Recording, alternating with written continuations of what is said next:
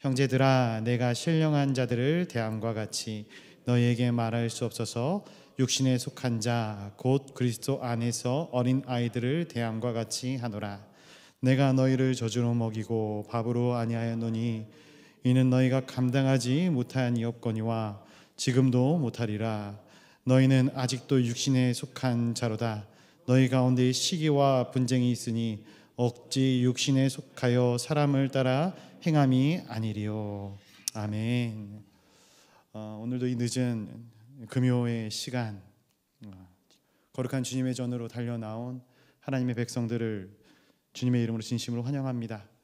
우리가 드리는 예배가 영과 진리로 드려지기를 간절히 소원하고 정말 하나님 아버지 앞에 올려드리는 거룩한 산제사가 되어 하나님께 올려지기를 간절히 소원합니다. 오늘 본문 말씀을 가지고 신령한 자, 육신에 속한 자라는 제목으로 같이 나누기를 원합니다. 우선 오늘 본문 1절의 말씀을 한번 같이 읽어보도록 하겠습니다. 1절입니다. 시작. 형제들아, 내가 신령한 자들을 대함과 같이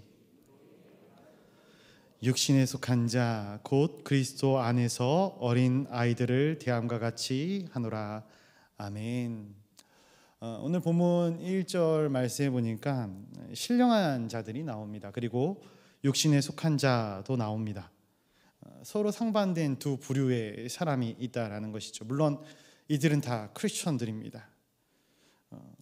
신령한 자들, 육신에 속한 자들, 이것을 다른 말로 하면은 육신에 속한 자, 신령한 자는 영적인 사람을 이야기하는 것일 것이고, 육신에 속한 자는 육적인 자, 육적인 사람들을 이야기한다라고 볼 수 있을 것 같습니다. 그렇다면 한번 본인 스스로를 평가해 보시기를 바랍니다. 과연 나는 영적인 사람인가? 신령한 자의 반열에 서 있는 자인가? 아니면은 육적인 사람인가? 오늘 본문 말씀을 보면은 이 두 부류의 사람을 대하는 사도 바울의 방식이 틀리다라는 것을 우리가 알 수 있죠. 그리고 이 두 부류의 사람의 차이를 2절에서는 이렇게 설명을 합니다. 제가 2절 말씀 한번 읽어드리겠습니다. 내가 너희를 젖으로 먹이고 밥으로 아니하였노니 이는 너희가 감당하지 못함이거니와 지금도 못하리라. 아멘. 영적인 크리스천들은 일반인들처럼 밥을 먹는다, 단단한 음식을 먹을 수 있는 사람들이다. 그러나 육적인 크리스천들은 갓난 아이처럼 젖을 먹여야 하고 끊임없이 달래야 한다라는 것이죠. 밥을 소화시킬 수 없기 때문에 떠 먹여줘야 된다라고 이야기를 하고 있는 것이죠. 설교를 준비하면서 이런 부분에 대한 고민들이 굉장히 많습니다. 이 말씀을 어디까지 풀 것인가? 어디까지 쪼갤 것인가? 솔직히 이 말씀을 볼 때 어떤 설교를 듣는 것도 굉장히 중요하고 좋지만 말씀 그대로를 보는 것이 가장 중요합니다. 그 말씀 한 구절 한 구절을 내 삶 가운데 깊이 묵상하는 것이 굉장히 중요해요. 그런데 쉽지 않죠. 그렇기 때문에 설교자들은 이 말씀을 쪼개고 씹고 씹어서 떠 먹여주고 있는 것이에요. 그리고 그들이 원하는 것이 무엇인가? 청자로 하여금 말씀 가운데 깊이 들어갈 수 있도록 하는 것이죠. 물론 설교자도 예외는 없습니다. 말씀을 묵상하면서 말씀 가운데로 깊이 빠져 들어가는 것입니다. 그렇다면 여기서 말하고 있는 이 밥을 먹지 못하는, 젖을 먹어야 하는 육신에 속한 사람, 육적인 크리스천들, 이들은 누구인가? 그리고 이들의 지표가 무엇인가? 3절 말씀 한번 같이 읽어볼까요? 3절입니다. 시작. 너희는 아직도 육신에 속한 자로다. 너희 가운데 시기와 분쟁이 있으니 어찌 육신에 속하여 사람을 따라 행함이 아니려. 아멘. 3절에 보니까 누구 보고 이 육신에 속한 자라고 이야기를 합니까?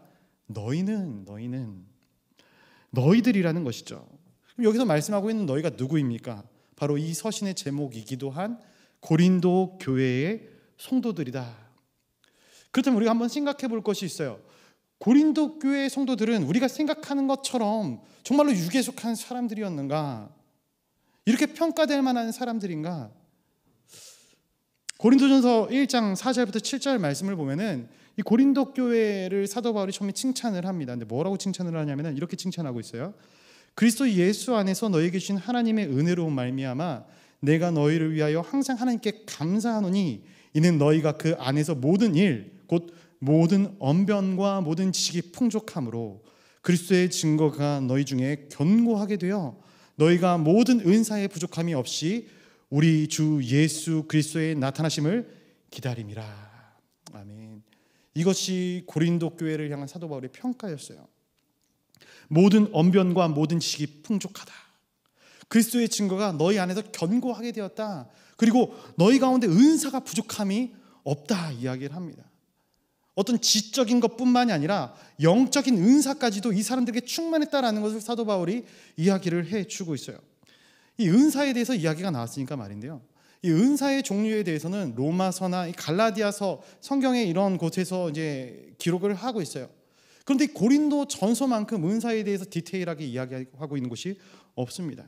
그래서 고린도전서 12장은 은사의 장, 그리고 그 활용에 대해서는 14장, 그 가운데 있는 것이 13장, 우리 잘 아는 사랑장이 되는 것이죠. 그만큼 고린도 교회는 은사에 관해서는 타의 추정을 불허하는 굉장히 뜨거운 교회였다라는 거예요. 그런데 사도 바울이 그 교회 성도들을 향해서 뭐라고 말하고 있는가? 너희는 아직 육신에 속한 자로다. 이렇게 이야기하고 있는 거예요. 왜 그런가? 3절 보니까 이렇게 기록하고 있어요. 시기와 분쟁이 있다. 이어서 하시는 말씀이 육신에 속하여 사람을 따라 행함이 아니리요 라고 기록하고 있는 거예요. 사람을 따라 행함으로부터 시기와 분쟁이 나온다라는 거예요. 즉 이 두 부분에, 이 두 가지에 걸쳐 있기 때문에 이 사람들이 육적인 사람들이라는 평가를 받고 있다라는 거예요. 그럼 우리가 여기서 한번 생각해 볼 것이 있어요. 그렇다면 영적인 크리스천, 육적인 크리스천을 아는 지표가 무엇이 되겠는가? 우선은 이렇게 생각해 볼 수 있을 것 같습니다. 그 사람이 연합을 하는가 아니면은 분열을 하는가를 통해서 우리가 그 사람이 영적인 사람인지 아니면 육적인 사람인지를 알 수 있다라는 거예요. 우리가 와, 저 사람 진짜 영적인 사람이야. 기도도 열심히 하고 말씀도 잘 알아. 뜨거워. 이렇게 판단하더라도 그 사람이 속한 공동체 가운데 연합이 이루어지지 않는다면 그 사람은 영적인 사람이 아니다라는 거예요.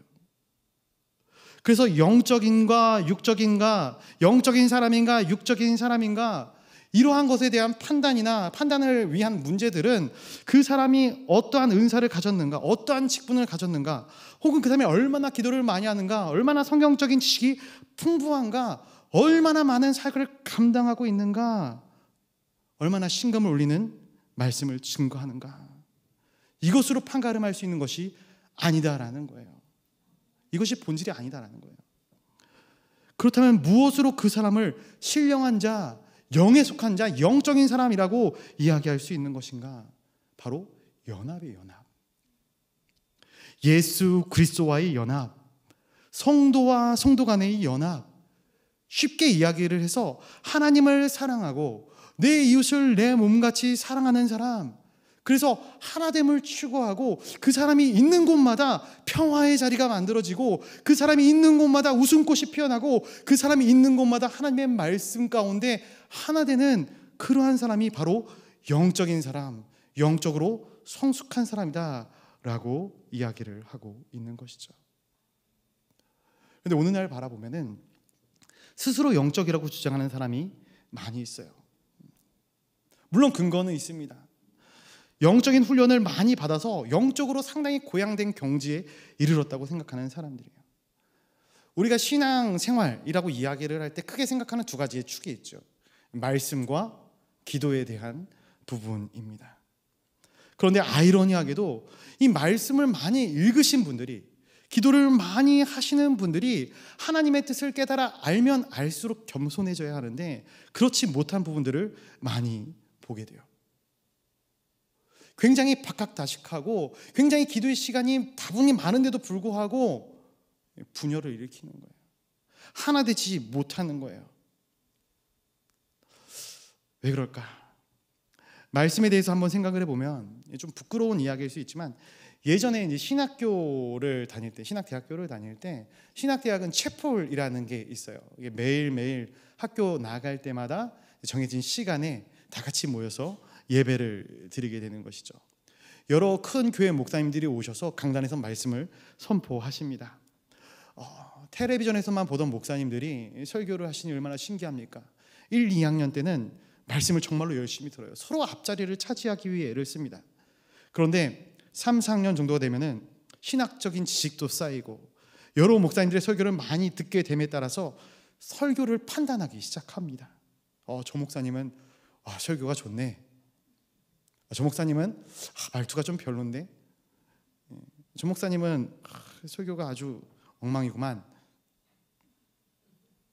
제 스스로에게 하는 얘기가 돼서 찔려가지고. 그러다 보면은 모두 다는 아니겠지만 앞자리에 있던 이 사람들이 학년이 올라가면 올라갈수록 점점 뒷자리로 빠져나가게 되는 거예요. 앞자리는 저학년들이 앉고 뒷자리는 고학년들이 앉게 되는 것이죠. 물론 말씀에 대한 확실한 분별력이 필요하다라고 생각을 합니다. 그러나 과도하게 평가해서는 안 되는 것이죠. 솔직히 우리 시대에 성경이 없어서 말씀을 듣지 못해서 우리가 영적으로 무너진다 생각하지 않습니다. 텔레비전만 틀어도 얼마나 훌륭하신 목사님들의 설교가 많이 방영이 되는지 모르겠어요.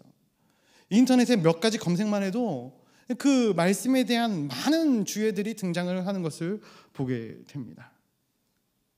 무엇이 부족해서 우리가 영적으로 무너지는가?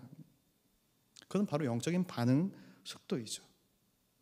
하나님의 말씀이 선포되어지면 그 말씀을 성경 안에서 내게 주시는 하나님의 말씀으로 받는 그 과정이 중요한데 머리가 너무나 좋아지다 보니까 생각하고 판단하는 거예요. 내가 들을 말씀과 듣지 않아도 되는 말씀, 해야 하는 것과 하지 말아야 할 것을 스스로 판단해서 분별하는 것이죠. 물론 목사님들도 말씀을 철저히 준비해야 된다 생각합니다. 설교는 자기 자신을 피력하는 것이 아니에요. 내 자신의 의견을 선포하는 것이 아닙니다. 설교는 철저하게 하나님의 말씀을 대언하는 자리입니다. 그렇기 때문에 말씀을 준비할수록 더욱 큰 두려움과 떨림으로 준비를 하게 되어집니다. 그래서 설교의 제1의 청자는 설교자입니다. 그 말씀 가운데 저를 비춰볼 수밖에 없거든요. 그런데 우리들도 마찬가지예요. 우리 가운데도 그것이 하나님의 진정한 말씀인지 그냥 개인의 생각인지를 분별해낼 수 있는 지혜가 분명히 필요합니다. 그러나 가장 중요한 것은 그 말씀을 들었을 때에 내 영의 상태가, 내 삶이 어떻게 하나님의 은혜 가운데 변화되어지는가를 보는 것, 은혜 가운데 경험하는 것이 중요한 것이죠. 그렇기 때문에 우리는 하나님이 말씀하실 때에 그것이 내 입맛에 맞든 내 입맛에 맞지 않든 우리는 반응해야 하는 것입니다. 다시 한번 말씀드립니다. 사랑하는 성도 여러분, 말씀이 진리의 말씀이면 바로 내가 반응해야 합니다. 하나님은 사랑이시라 이 말씀이 내 마음 가운데, 삶 가운데 선포가 되어지면 성경 말씀에서 그 말씀이 진리라고 선포하면은 우리는 그것을 선택하여야 되는 거예요. 말씀을 선포하는 사람이 설득력 있게 선포를 하던, 유머러스하게 선포를 하던, 때로는 직설적으로 선포를 하던, 딱딱하게 선포를 하던 그 사람이 어떤 성향과 스타일과 무관하게 말씀은 말씀인 것입니다. 사랑하는 성도 여러분, 하나님의 말씀에 민감하게 반응하시기를 간절히 소원합니다. 말씀이요, 우리의 삶 가운데 잠잠하게 임할 때가 있어요. 근데 때로는 천둥소리같이 임할 때도 있어요. 정말로 그러나 중요한 것은 말씀은 말씀이다라는 사실이에요. 말씀 앞에 반응하시고 말씀으로 하나 되어지는 하나님의 거룩한 백성들, 저와 여러분들이 되시기를 간절히 소원합니다. 또한 기도의 부분 있습니다. 기도를 많이 하시는 분들 중에 이런 부분이 나타날 수 있어요. 기도를 하시는 분들 중에 다는 아니지만 상당 부분이 직통 계시에 의존을 하기 때문에 상대적으로 말씀에 대한 해석을 중요하게 생각하지 않아요. 자신의 기도를, 신앙을 이야기하는데 이해를 하는 사람도 있고 이해를 하지 못하는 사람도 있어요. 근데 이 영적인 대화들이라고 예수님들 얘기를 하는데 이 영적인 대화들을 서로 이렇게 얘기를 하는 것이죠. 그리고 나서는 어떠한 일들이 일어나는가? 그냥 거기서 끝나면 괜찮은데 서로를 영적인 사람이라고 부추기게 되는 거예요. 그럼 어떻게 되는가? 기도에 응답이 없고 어떤 기도를 길게 하지 못하는 그러한 사람들을 육적인 사람으로 치부하고 생각해요. 기도도 안 하는 것들 판단합니다. 물론 기도는 굉장히 중요해요. 기도는 우리의 삶의 호흡이라고 이야기될 만큼 중요합니다. 그러나 말씀과 마찬가지로 이 기도 역시 자기 의가 되어버리고 만다면 그 안에 과연 예수 그리스도가 있는가? 이건 물음표입니다. 여러분, 기도는 일방적인 게 아니에요. 컨버세이션, 대화, 소통입니다. 하나님과 이야기하는 거예요. 그래서 내가 어떤 하나님의 간구에 대한 기도를 무조건 올려드리는 것도 굉장히 중요하지만 하나님의 음성을 듣는 시간들도 굉장히 중요한 거예요. 결국 이 두 가지 큰 영적인 충격이 어긋나 버리면 하나님의 뜻이 가려워지고 하나님의 뜻이 가려워지면 결국 인간의 생각이 드러나게 되어져 있는 것입니다. 인간의 생각은 무엇인가? 분열이에요, 분열. 유다서 1장 19절 말씀, 이 사람들은 분열을 일으키는 자며 육에 속한 자며 성령이 없는 자니라. 아멘. 주님은요, 예수 그리스도는요, 죄악으로 망가진 이 세상을 살리기 위해 십자가를 지셨습니다. 분열된 상처의 부분들을 치유하시기 위하여 십자가를 지신 줄 믿어요. 분열은 죄악의 결과입니다. 그러나 연합은 은혜의 결과입니다. 죄악이 역사하면 인간이 중요하고 오늘 본문의 시기심이 틈새를 타서 계속 들어오게 되어져 있는 거예요. 그리고 결국은 갈라지게 만드는 것이 이 인간의 육적인 자의 모습입니다. 그러나 은혜가 임하면 싸매어 주는 거예요. 연합하는 거예요. 하나 되게 만드는 거예요. 그래서 에베소서 2장 13, 14절 이렇게 기록이 되어 있습니다. 이제는 전에 멀리 있던 너희가 그리스도 예수 안에서 그리스도의 피로 가까워졌느니라. 그는 우리의 화평이신지라 둘로 하나를 만드사 원수된 것 곧 중간에 막힌 담을 자기 육체로 허시고. 망가진 것, 무너진 것, 둘이 된 것을 이 답을, 이 벽을 자신의 육체로 허셨다. 예수 그리스도께서 그렇게 하셨다. 십자가의 보혈로서 이 막힌 담들을 허무셨다 말씀을 합니다. 그런데 크리스천이 말씀을 묵상한다는 사람들이, 기도를 한다는 사람들이 어떻게 그 담벼락을 다시 쌓을 수 있겠습니까?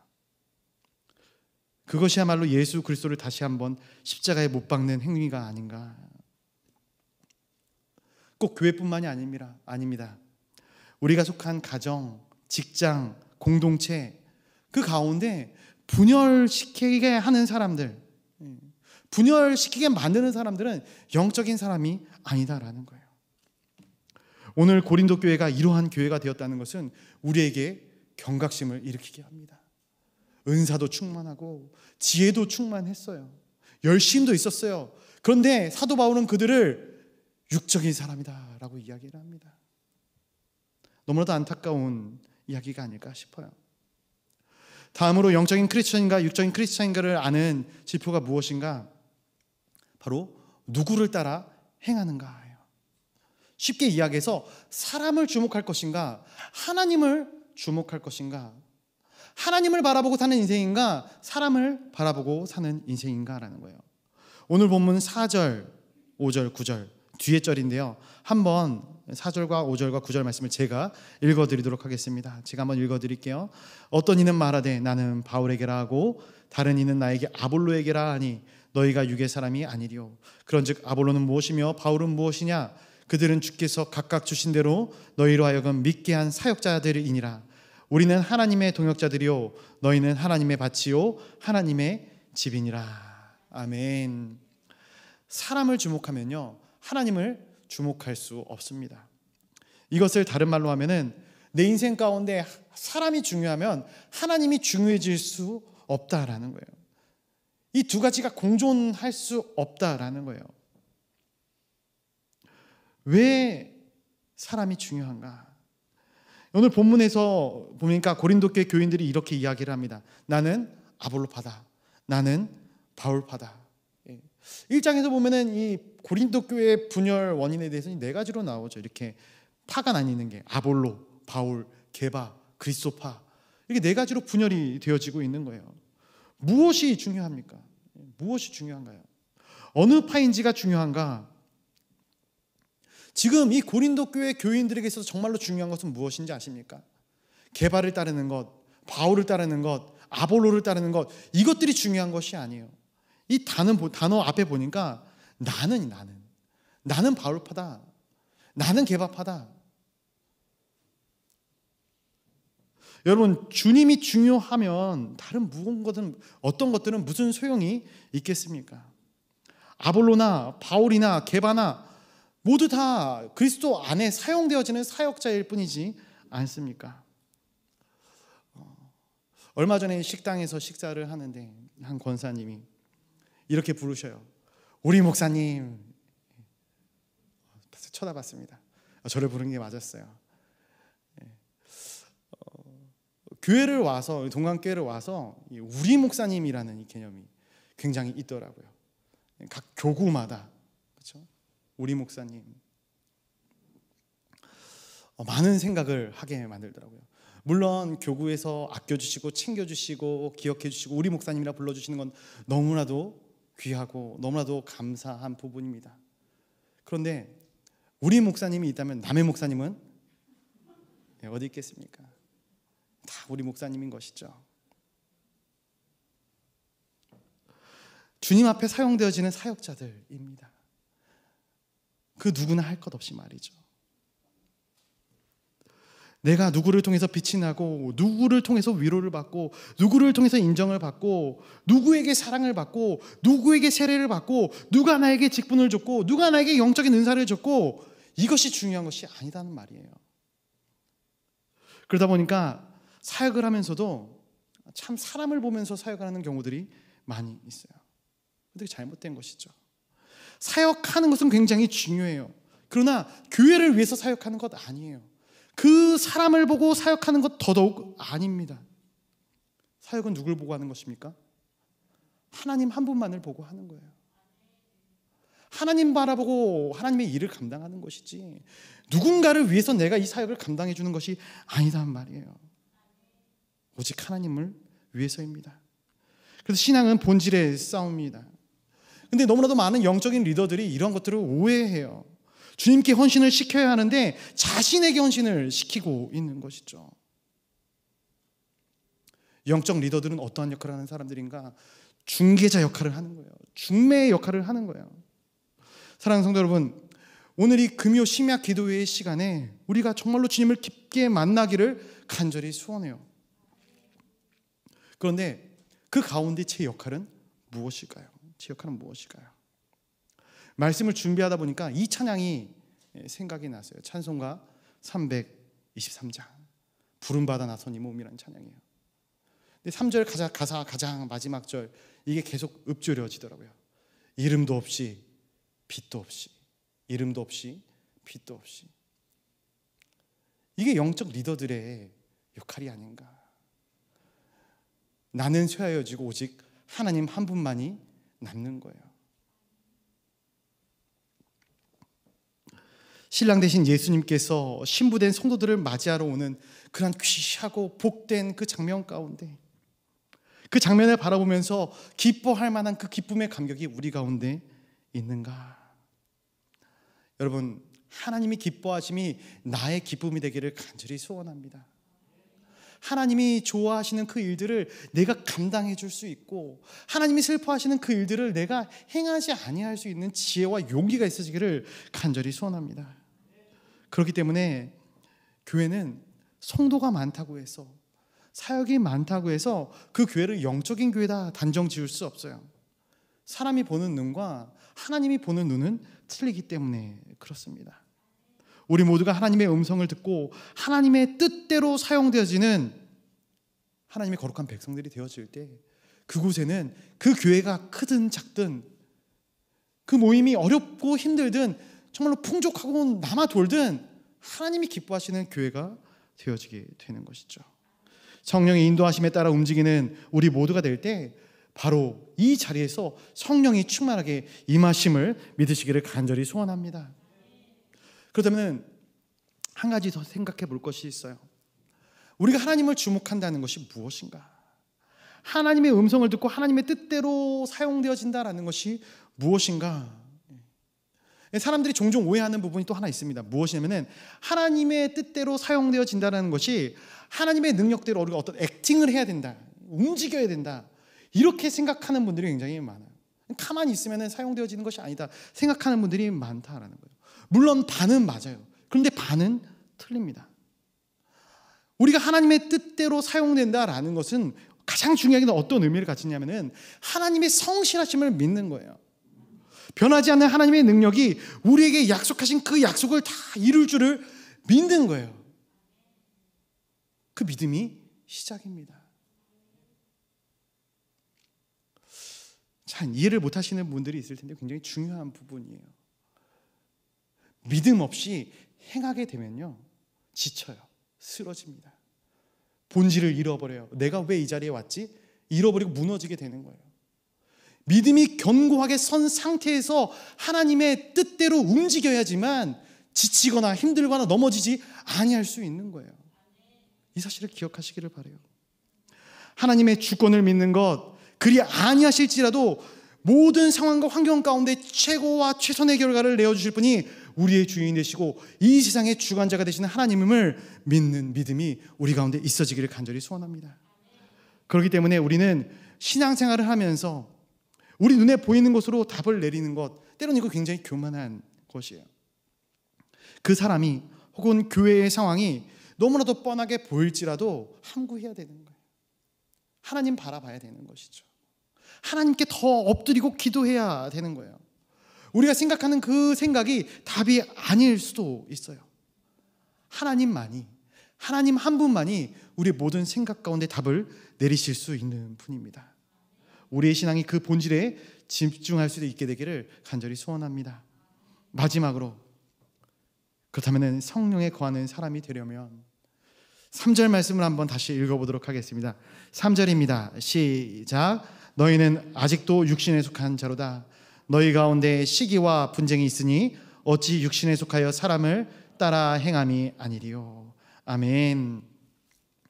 시기와 분쟁이 겉으로 드러나는 것이라면 그 안에 사람의 악한 본성이 숨어 있는 것이죠.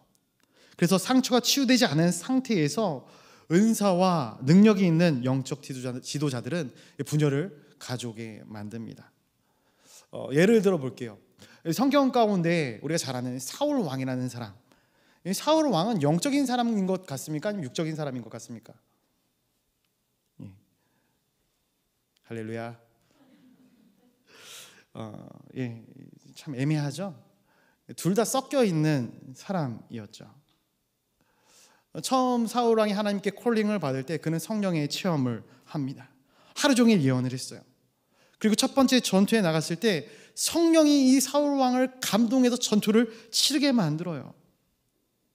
그런데 그 내면의 문제가, 인격적인 문제가 치유되지 않으니까 나중에 가서는 그가 나라를 완전히 망가뜨려 버리고 마는 것이죠. 삼손도 마찬가지예요. 두 가지가 섞여 있는 사람이죠. 성령의 능력을 힘입어서 블레셋을 공격합니다.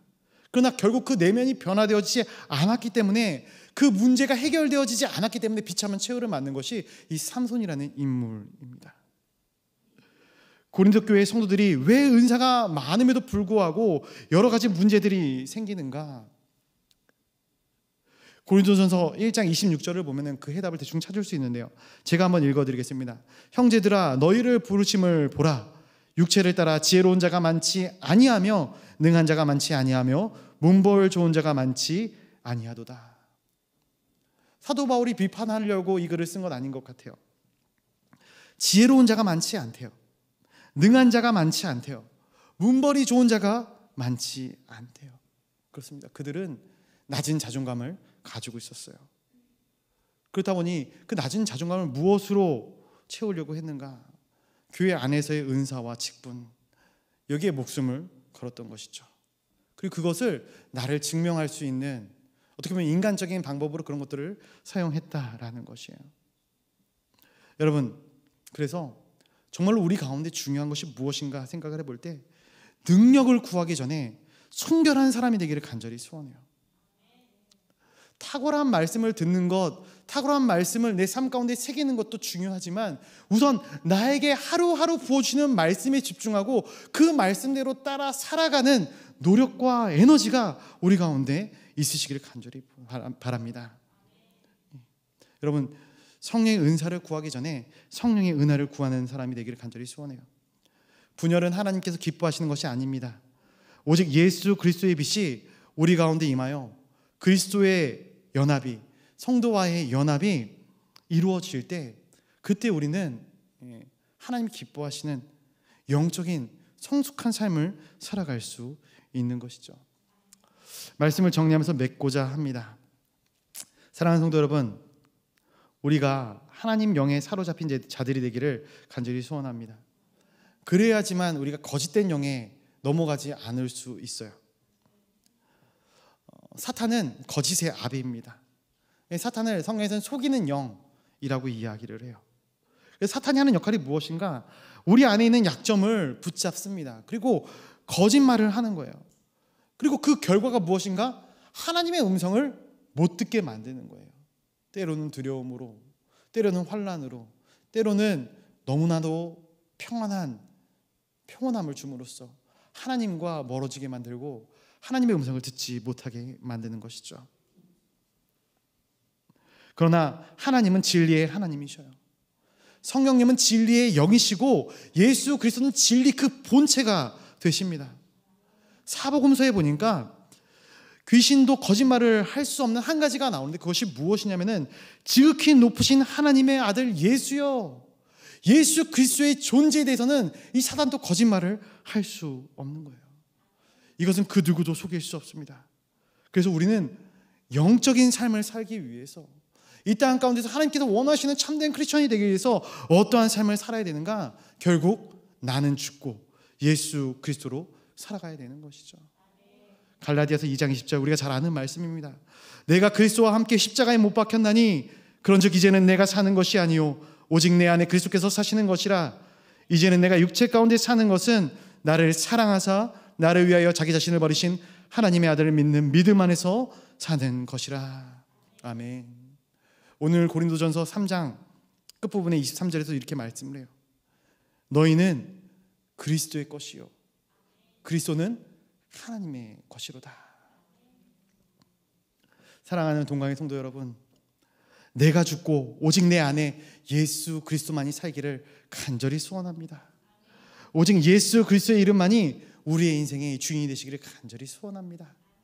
그때에 우리의 삶이 사람을 바라보는 삶, 환난과 곤경에 쫓겨 아둥바둥되는 삶이 아니라 그 모든 것을 넘어서 역사하시는 하나님의 은혜를 기대하고 소망하는 하나님의 거룩한 백성들의 삶을 살게 될 줄을 믿습니다.